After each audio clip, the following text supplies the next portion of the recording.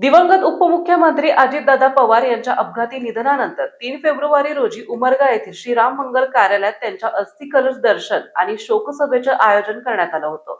या अस्थि कलश दर्शन आणि शोकसभेसाठी उमरगा लोहारा तालुक्याचे आमदार प्रवीण स्वामी, माजी आमदार ज्ञानराज चौगुले, भारत शिक्षण संस्थेचे अध्यक्ष अमोल मोरे, भारतीय जनता पक्षाचे शरण पाटील, नगराध्यक्ष किरण गायकवाड, राष्ट्रवादीचे नेते सुरेश बिराजदार यांच्यासह तालुक्यातील सर्व संघटना पक्षाचे पदाधिकारी, कार्यकर्ते मोठ्या संख्येने उपस्थित होते।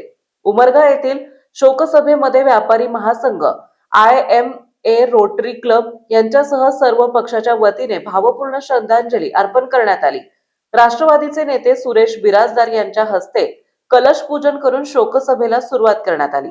या अस्थि कलश दर्शनानंतर सदरील अस्थि कलश सजवलेल्या रथातून बलचूर येथील छत्रपती शिवाजी महाविद्यालय, समुद्राळ येथील भाऊसाहेब बिराजदार सहकारी साखर कारखाना, सास्तूर येथील हुतात्मा स्मारक येथे दर्शनासाठी ठेवण्यात आला होता। यानंतर धाराशिव तेरच्या दिशेने तेरणा नदीत अस्थि विसर्जनासाठी हा रथ मार्गस्थ झाला। या सर्व ठिकाणी अजितदादा पवार प्रेमी नागरिकांनी मोठी गर्दी केली होती।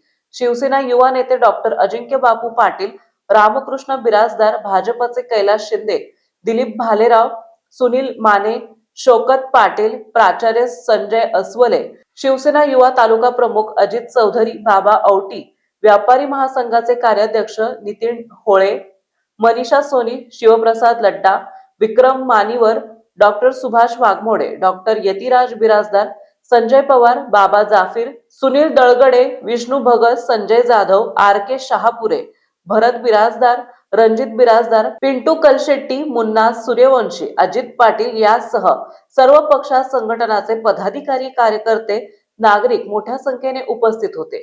GTV मराठी जनतेचा बुलंद आवाज न्यूज चॅनलचे मुख्य संपादक विशाल देशमुख, तालुका उमरगा, जिल्हा धाराशिव।